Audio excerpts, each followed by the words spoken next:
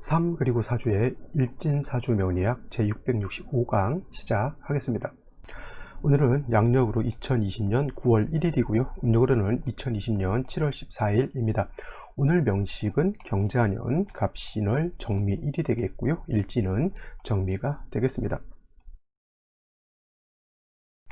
자, 올 한 해도 전반기가 벌써 지났고요. 오늘은 벌써 9월 1일이죠. 이제 완연한 가을이죠. 입추 지난 지는 한참 됐죠. 벌써 뭐 한 5일 정도 지나게 되면 이제 입추가 지나서 다음 제 신월에서 이제 6월로 넘어가게 될 것이고요. 오늘은 어제에 비해서 습도가 좀 많이 떨어진 것 같아요. 그래서 오늘이 지나고 내일 지나서 또 모레 이렇게 가게 되면 이제 습도가 많이 떨어지게 되면 이제 그야말로 여름은 지나가고 이제 가을로 접어들게 되겠습니다. 이제 체감상 가을로 접어들게 되는 것이죠. 올 여름 비도 많이 오고 또 코로나19 바이러스 때문에 또 고생들 많이 하시는 그런 한 해가 아니었나 싶습니다. 그래도 아직 뭐 9월, 10월, 11월, 12월 아직도 남은 시간이 있으니까 좀 빨리 코로나19도 좀 빨리 좀 잦아들고 또 올해 한 해 여러분들 또 생각하셨던 것들 남은 시간 너무 충실하게 대비하셔가지고 큰 좋은 성과 이루시기를 기원하면서 오늘 명식 시작해 보도록 하겠습니다. 자, 오늘 명식은 어저께 병화에 이어서 오늘 정화가 되겠고요. 그 정화 일간이 태어난 월령은 신월이 되겠습니다. 유차 그래서 제일 중요한 일간 정화가 되겠고요. 그 정화 일간이 태어난 월령 신월이 되겠습니다. 자, 일단 정화에 대해서 한번 살펴보도록 하고요. 그 다음에 월령에 대해서 일간을 월령과 대비해 볼 때는 이 월령과 일간의 어떤 관계를 보냐면 일단 제가 말씀드렸지만 왕세를 보는 거예요. 왕세를 보는 것이고 그 다음에 한열이라고 하는 그런 개념을 보게 되는 거예요. 일단 신월이라고 하는 계절 아까 좀 이따 또 말씀드렸지만 금왕절이지만 일간은 약한 계절에 해당이 됩니다. 이거 왕세의 개념은 뭘로 파악하냐면 포태법이라고 하는 것, 다른 말로 12운성이라고 하는 것으로서 왕세의 개념을 보게 됩니다. 근데 이 포태법 12운성이라고 하는 것을 다른 분들 강의하시는 거 보면은 일단 12신사를 할 때 응용을 많이 하고요. 그 다음에 포태법 중에서 제왕지라든가 인간에 해당되는 글자가 지지에 있으면 좋은 것이고 없으면 나쁜 것이고 이런 것들 중에 또 쇠지라든가 묘시 같은 것이 있어요. 뭐 재성인묘하면 처가 안 좋고 뭐 재물떡이 없고 이렇게 놓고 보시는 분들이 있는데 그거는 꼭 그렇지만은 않습니다. 이 포태법 12운성을 볼 때는 여러분들 다른 거 다 생각하지 마시고요. 사주 오행의 뭘 본다? 오행의 왕쇠를 가늠하는 이 척도로만 쓰시는 것이 좋지 이걸 가지고 다른 쪽으로 응용하다 보면은 사주를 이상하게 좀 약간 다른 방식으로 보게 되기 때문에 간명한 것이 많이 틀릴 수 있습니다. 자, 12운성 포태법은 어디에만 쓴다? 오행의 왕쇠. 이 왕쇠라고 하는 것을 다른 말로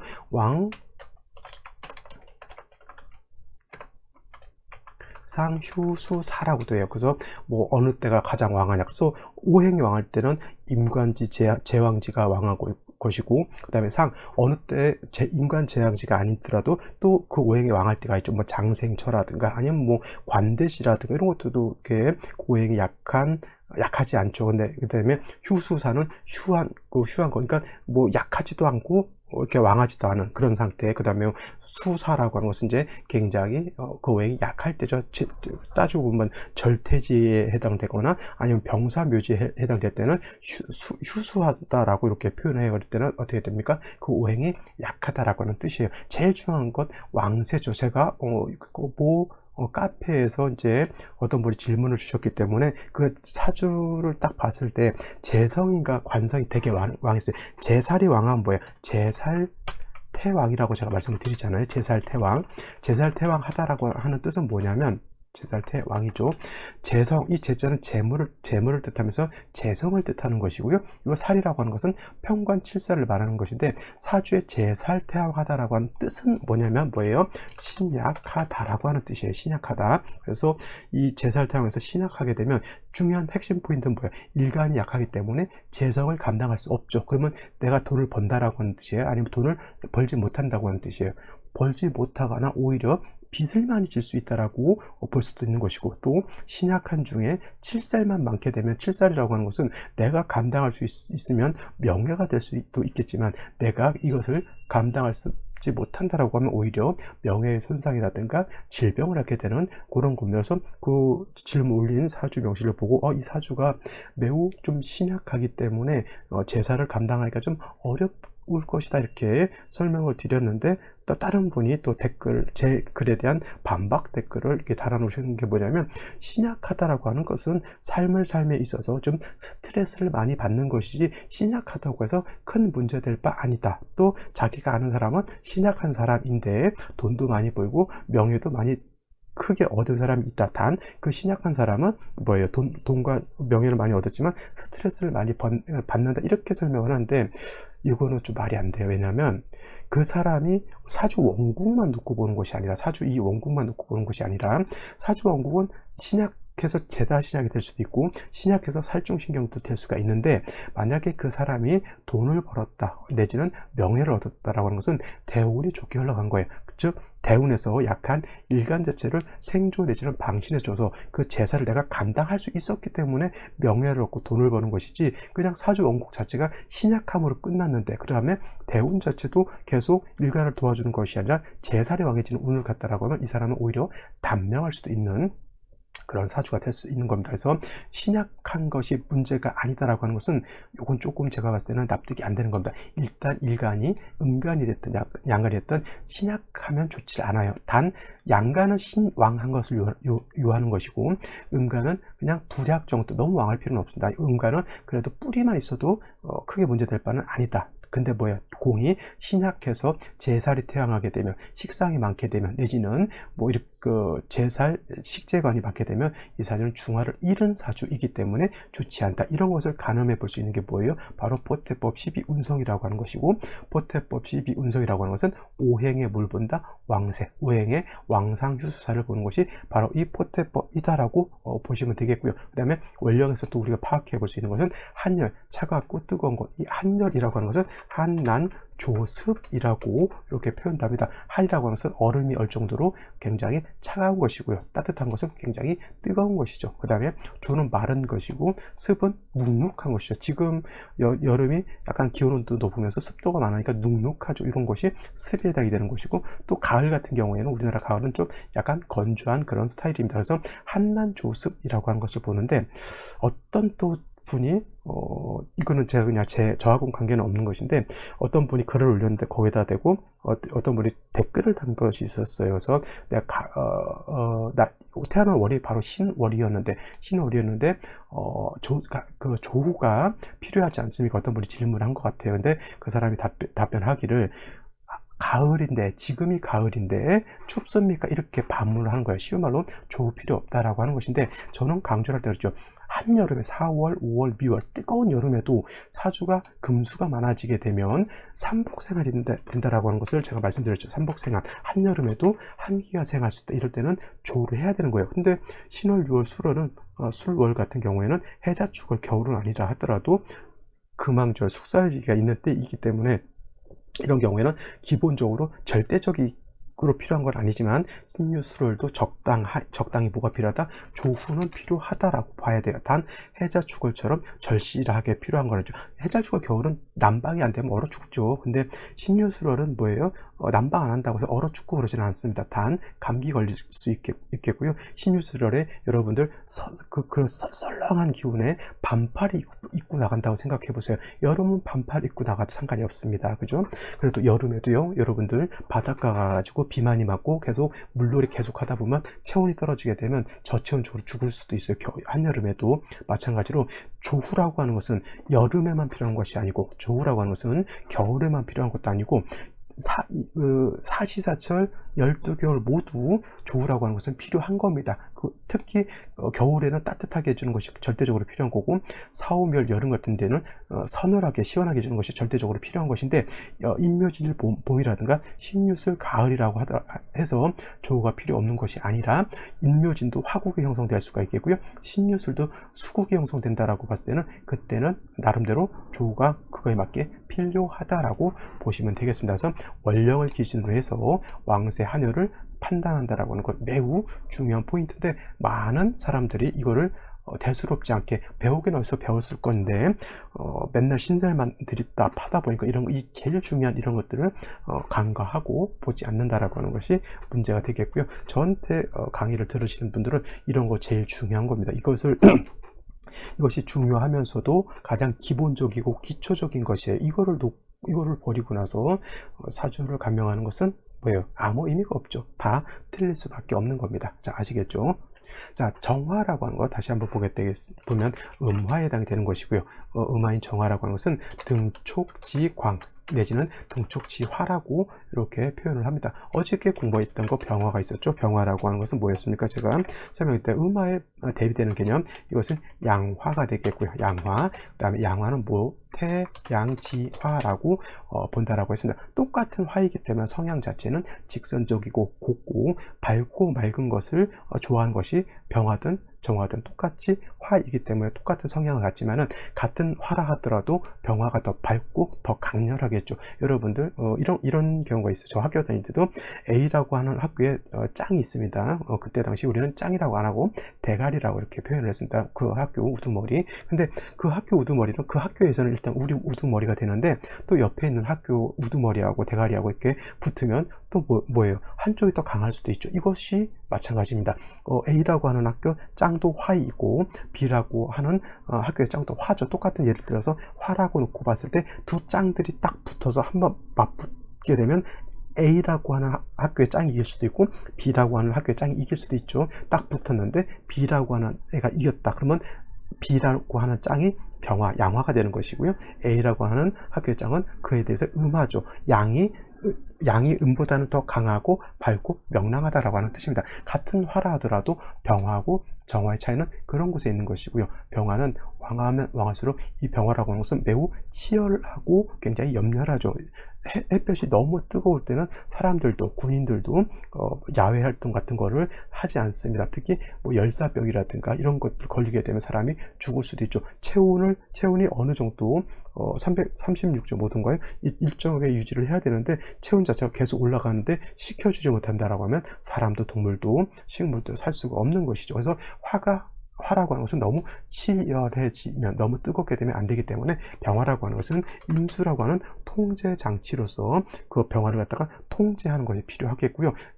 정화라고 하는 것도 정화 자체가 너무 왕하게 되면 똑같이 임수로서 통제하는 것이 필요합니다. 정화도 마찬가지예요. 정화도 물론 음화이긴 하지만 음화인 정화라고 하는 것도 강해지게 되면 장안의 관성으로서 통제를 하게 되는데 공이 정화도 그렇고 병화도 그렇고 어떤 걸 쓰지 않는다? 개수는 잘 쓰지 않습니다. 단 병화가 됐건 정화가 됐건 4,5미열에 4,5미열 여름이죠. 여름 같은 경우에 조후할 때는 부득이하게 개수를 쓰는 경우가 없지 않아 있지만은 정화든 병화든 공이 개수보다는 임수가 있는 것이 더 필요합니다. 개수는 매우 좀 제한적으로 쓰는 것이고요.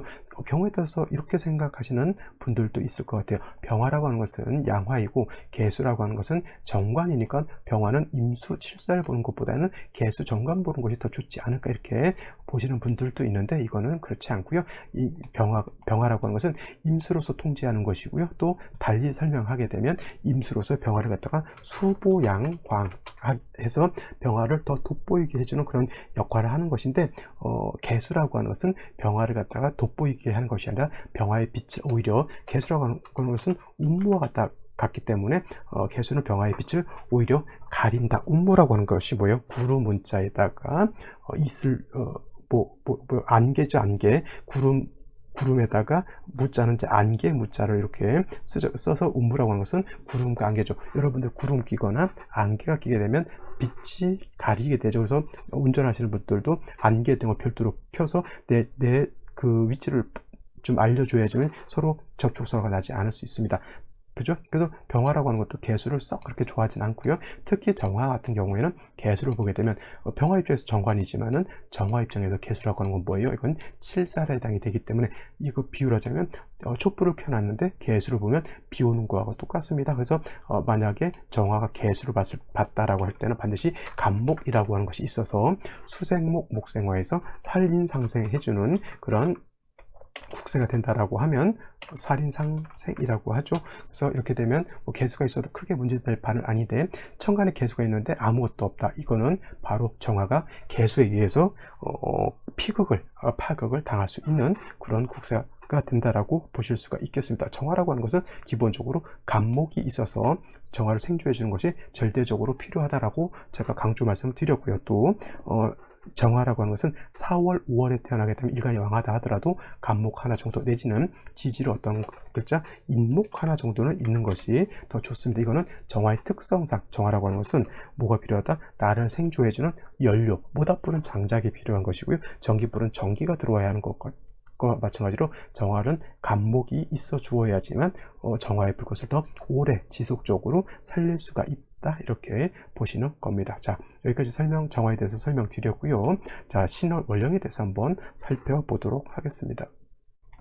자, 다음으로 정화일간이 태어난 월령, 신월이라고 하는 그런 계절입니다. 그래서 아까도 말씀드렸지만 일간과 월령과의 관계를 잘 살펴야지만 나머지 글자들을 어떻게 배합하는 것이 좋은 것인지를 알 수가 있는 겁니다. 만약에 일간과 월령과의 관계가 지금과 같이 신월이라고 하는 것은 금왕절이고요. 금왕절이라고 하는 그 반대는 금이 왕하면 왕할수록 뭐가 약하죠? 목은 약해진다. 목 약하다라고 하는 것. 그 다음에 여기 목은 굉장히 약한 거예요. 왜냐하면 목은 아까 말했던 포태법으로 놓고 보게 되면 목이라고 하는 것은 여기가 절지에 해당이 되기 때문에 가장 약한 것이고, 금이라고 하는 것은 이 신월에 태어나게 되면 금이라고 하는 것은 임관지에 해당이 되기 때문에 왕하죠. 또 화토 같은 경우에는 화토는 여기가 뭐에 되냐면 병지에 해당이 돼요. 사람으로 치면 금왕절이라서 임관지라고 하는 뜻은 뭐냐면 사람으로 치면 한 30대에서 40대 초반 정도 가장 왕성한 활동을 하는 그런 단계라고 하면, 절지라고 하는 개념은 뭐예요? 아직 사람이 어려서 출생되지도 않았고 예를 들면 모체에서 난자와 정자가 결합하는 이 정도 단계를 절지로 보시면 돼요. 그러면 굉장히 약한 거죠. 목이 신월에 태어나게 되면 바로 이 절지에 태어난 것이기 때문에 매우 약한 것이고요.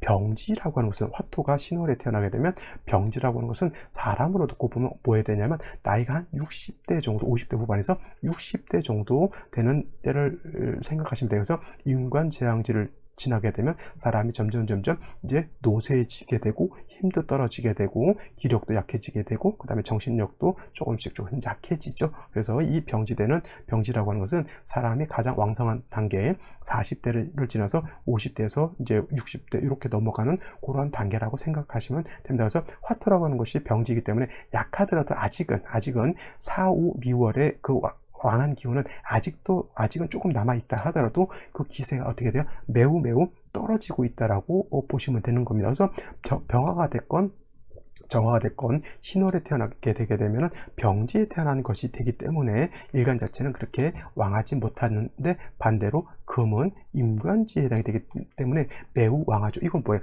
일간은 약하고 재성은 왕하다. 신약 제왕 내지는 재다 신약으로 보셔도 되고요. 똑같은 말이에요. 제왕 신약으로 이렇게 보셔도 큰 문제는 되지 않습니다. 똑같은 뭐예요? 일간이 약하고 재성이 많다라고 하는 것인데, 아까도 질문에 대해서 말씀드렸던 것처럼 일간이 약하면 그냥 단지 삶에서 스트레스만 받는 것이 아니라 이렇게 재다 신약, 제왕 신약 하게 되면은 스트레스를 뭐 때문에 받겠어요?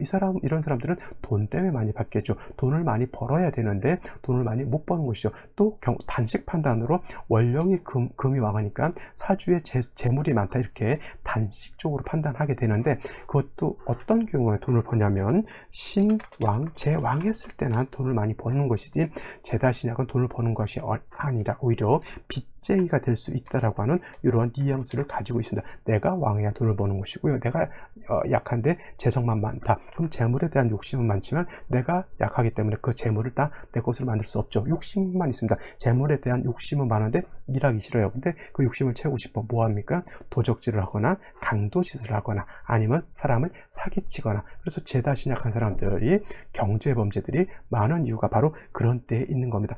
물론 사주 원국 자체가 제다 신약이라 아니라도 대운 자체가 아까도 말씀드렸던 것처럼 비겁운이라든가 인성운으로 가게 되면 이때는 재다 신약으로 보잖아요. 대운, 그 대운만큼은. 그래서 그런 경우에 돈을 많이 벌 수 있다 손치더라도 그 대운이 지나가서 다시 재다 신약한 운세를 갔을 때는 이런 사람들이 좀 욕심을 또 비워야 되는데 또 더 큰 욕심을 버려서 그동안 모아놨던 돈들을 갖다가 다 털어먹는 그런 경우들을 비일비재하게 많이 볼 수 있습니다. 그래서 신약한 것이 스트레스만 받는 것이 아니라 신약함으로 인해서 그 재성을 감당 못하게 되면은 감옥도 갈 수 있는 것인데 이게 단순한 신약으로만 치부해서 끝낼 것은 아니다라고 하는 것 여러분들 꼭 명심해 두시기 바라고요. 신약하게 되면 반드시 대운이라 나머지 글자에서 약한 정화를 도와주는 글자가 필요하겠죠. 그래서 그 도와주는 글자 인성이라고 하는 것이 필요할 것이고요. 내지는 비겁이라고 하는 것이 필요한데 인성이라고 하는 것은 목을 말하는 것이고요. 목, 그 다음에 비겁이라고 하는 것은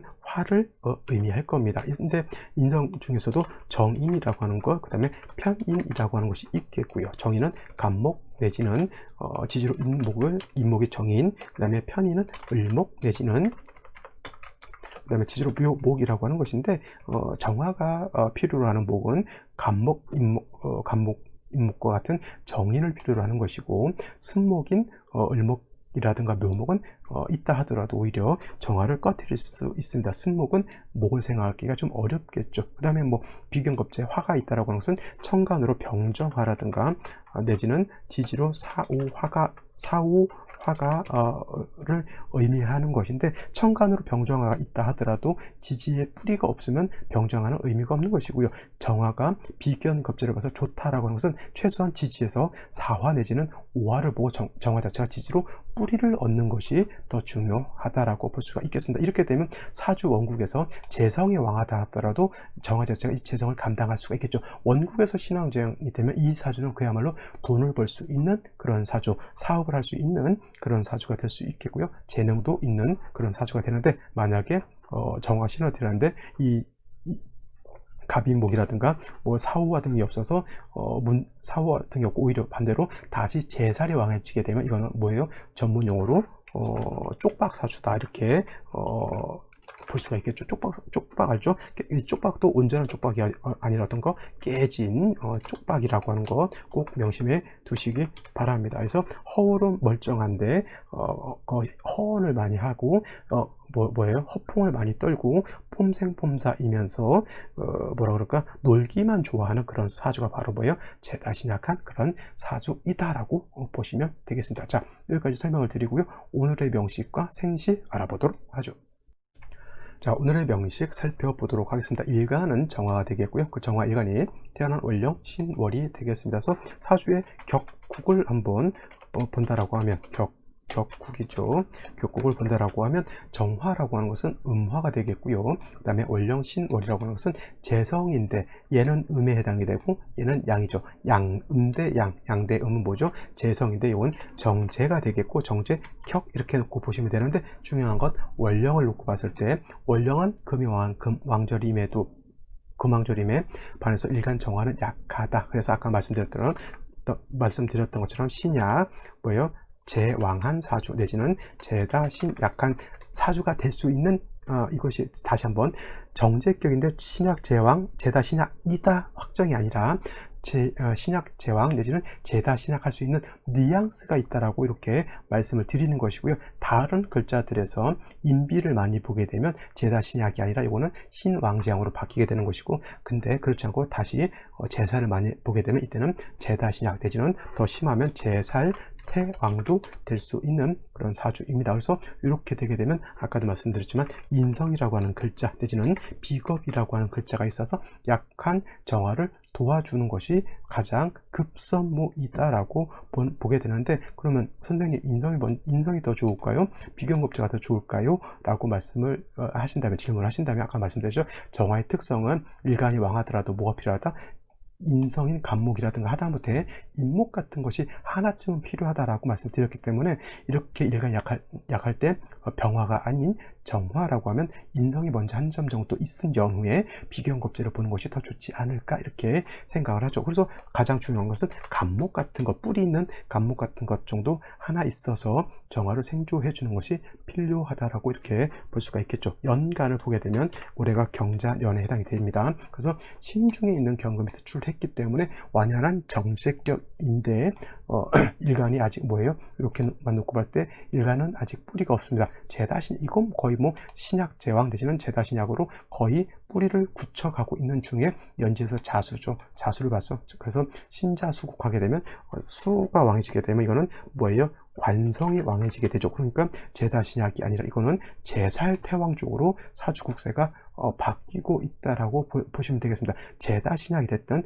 제살태왕이 됐든 둘 다 뭐예요? 일간이 뭐하다, 일간이 신약하다의 방점이 있기 때문에 약한 정화를 갖다가 도와주는 글자가 필요하죠. 자, 월간에 간목이라고 하는 것이 있습니다. 자, 이 간목 당연히 정화 입장에서는 정인에 해당이 되기 때문에 나를 생조해주는 어머니 같은 것인데, 문제가 뭐예요? 연간의 경금이 금이 목을 갖다 파했죠. 이거를 벽갑 인정으로 보긴 좀 어렵습니다. 그냥 완전히 이건 경금이 간목을 갖다가 적당하게 잘라서 벽갑 인정해서 정화를 생조하는 것이 아니라 왕한 경금이 간목을 갖다가 완전히 부숴버린 거하고 똑같습니다. 그죠?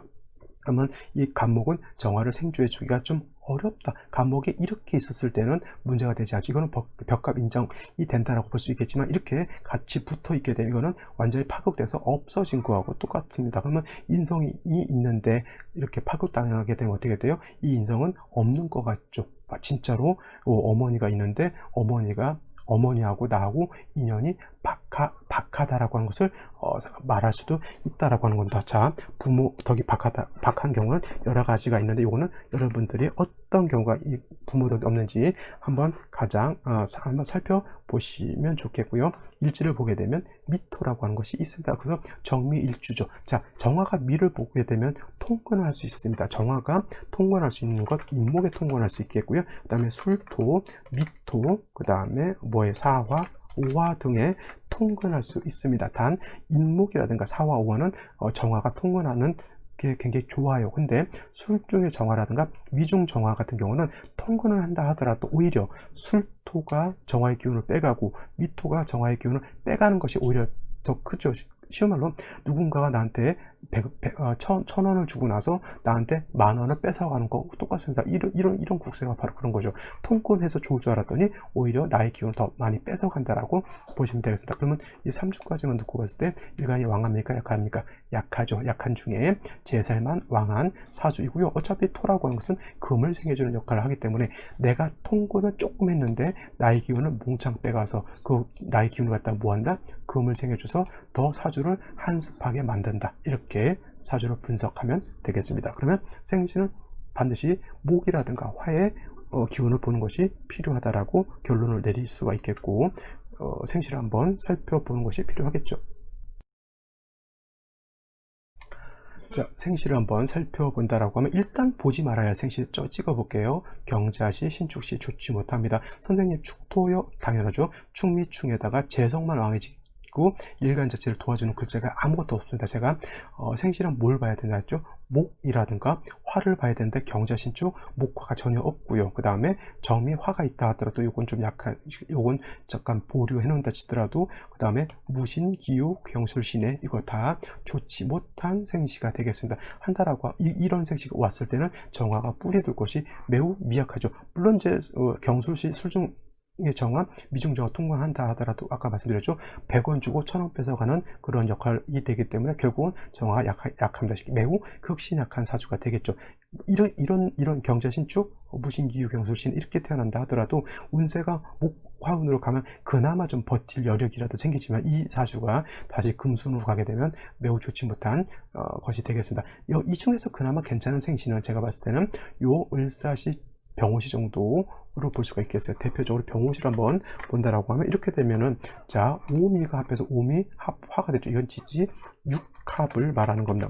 육합, 오미 합 화가 되겠죠. 그러면 정화의 뿌리가 좀 더 이 미중에 통근하는 것이 더 강해졌고, 그 다음에 겁재인 병화가 투출해서 신월에 제살이 왕하게 되면 한습해지는 것을 병화가 조우도 할 수 있습니다. 그래서 오늘 같은 명식에는 병호시도 괜찮고요. 을사시도 뭐 그렇게 나쁘진 않을 것 같습니다. 을사시 이렇게 되게 되면은 사화를 받기 때문에 정화가 풀을 이렇게 둘 수가 있겠죠. 을목은 정화를 생주하는 그런 힘은 좀 미약합니다. 간목이 좀 생주해 주면 더 좋았을 것인데 경금이 간목은 파극해 버렸기 때문에 요거는 정화를 생주하기는 좀 어렵죠. 어떤 분들도 을목하고 경금하고 을경합한다라고 이렇게 보시는 분들인데 이건 을경합이 되지 않습니다. 이런 것을 이거를 을경합으로 보는 것과 을경합이 되지 않는 것으로 보는 것은 사주로 봤을 때 굉장한 큰 결론에 있어서 큰 차이가 있습니다. 단 제가 말씀드렸던 것은 이걸 합으로 보면 안 된다는 거예요. 원격되어 있기 때문에 아시겠죠?